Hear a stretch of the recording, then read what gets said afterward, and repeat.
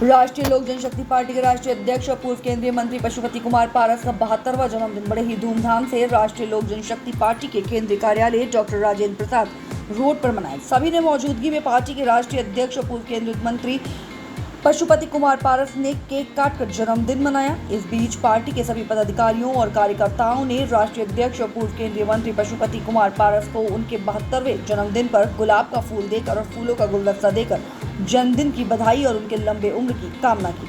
वहीं पत्रकारों से बात करते हुए पूर्व केंद्रीय मंत्री पशुपति कुमार पारस और किसान मोर्चा के कार्यकारी अध्यक्ष सुभाष बिहारी ने क्या कहा, आइए सुनाते हैं इस रिपोर्ट में। ये मेरा 72वां वर्ष है।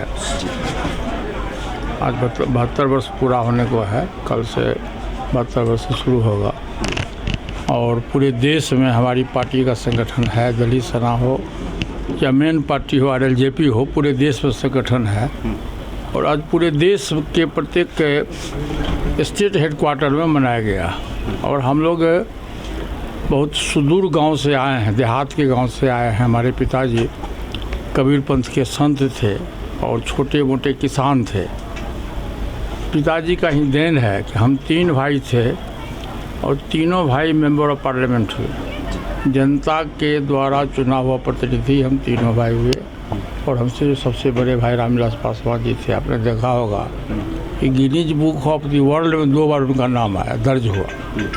और तीनों भाई मेंबर ऑफ पार्लियामेंट भी हुए। 3 भाई में से 2 भाई हम लोग भारत सरकार के कैबिनेट मिनिस्टर हुए। तो ये जो भी देन है ये हमारे पिताजी और माताजी का देन है। वो कबीर पंथ थे। और स्कूली शिक्षा के अलावा परिवार में जो शिक्षा दी जाती है वो दिए उन्होंने।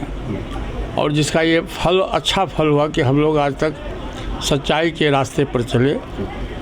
गरीब हो, शोषित हो, दलित हो, पीड़ित हो, पिछड़ा हो, अक़लियत हो, ऊंची जाति के जो गरीब लोग हैं, गरीबों के प्रति हमारी सहानुभूति रही। और दलित सेना का जो गठन 1983 में पासवान जी ने किया था, जब दलित पर अत्याचार शुरू हुआ तो उन्होंने दलित सेना का गठन किया। और पूरे देश में जहाँ कहीं भी दलित सेना पर अत्याचार होता था वो पार्लियामेंट के अंदर में, पार्लियामेंट के बाहर भी, संसद के अंदर, संसद के बाहर भी अपनी आवाज़ उठाते थे।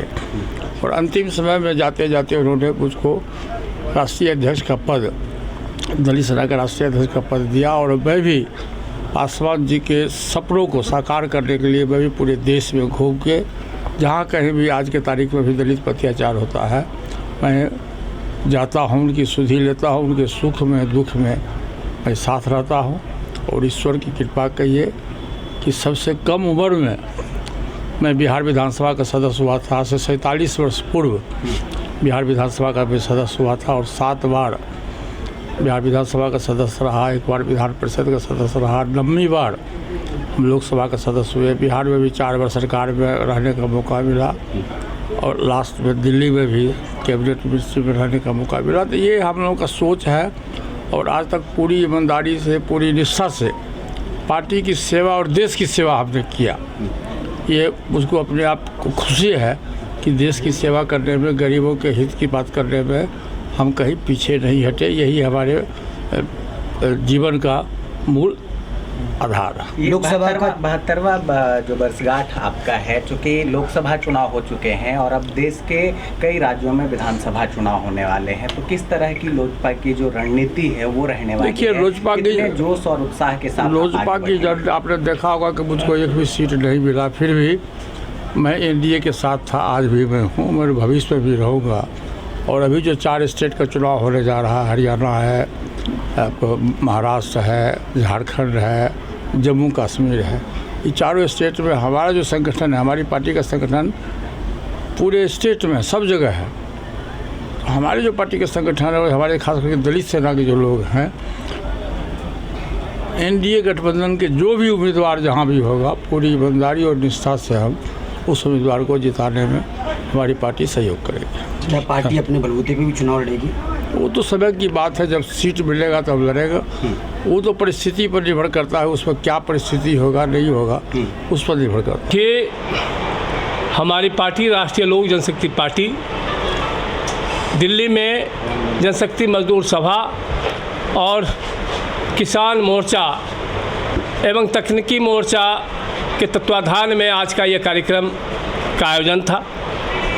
और हमारे नेता जन जन के नेता माननीय पशुपति कुमार पारस जी का आज 72वां जन्मदिवस था।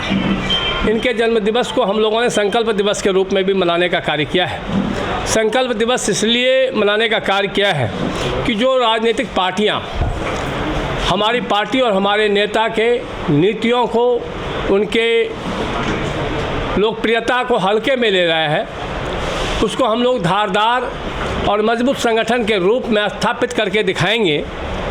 और मानव जोर लगाता है तो पत्थर भी पानी बन जाता है। हम लोगों ने आज, मेरा दायित्व था दिल्ली में उनके जन्मदिन को मनाने का, बाकी अलग अलग संगठन के द्वारा, पूरी पार्टी के द्वारा पूरे देश के हर राज्य में, हर ज़िले में आज इनका जन्मदिवस को धूमधाम से मनाने का कार्य किया गया है।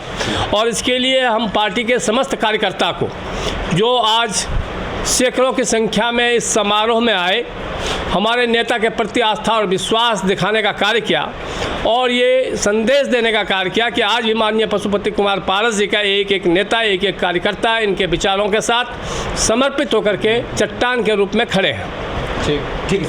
और हम लोगों को आज यही संकल्प लेना था और संकल्प के साथ मैं स्वयं अपने पार्टी के जन जन के नेता माननीय रामविलास पासवान जी की कर्मभूमि खगड़िया लोकसभा क्षेत्र के अंतर्गत अलौली विधानसभा, जो उनका सबसे पहला कर्मभूमि था और हमारे वर्तमान राष्ट्रीय अध्यक्ष का भी कर्मभूमि अलौली है, बिहार के हर जिला, हर पंचायत में मेरा पदयात्रा होगा और पार्टी के संगठन, पार्टी के विचार को, अपने नेता के विचारधारा को लोगों के बीच में रखेंगे और पदयात्रा करके लोगों में संगठन के हित में जो हमारे नेता ने कार्य किया है उन सभी को रखते हुए संगठन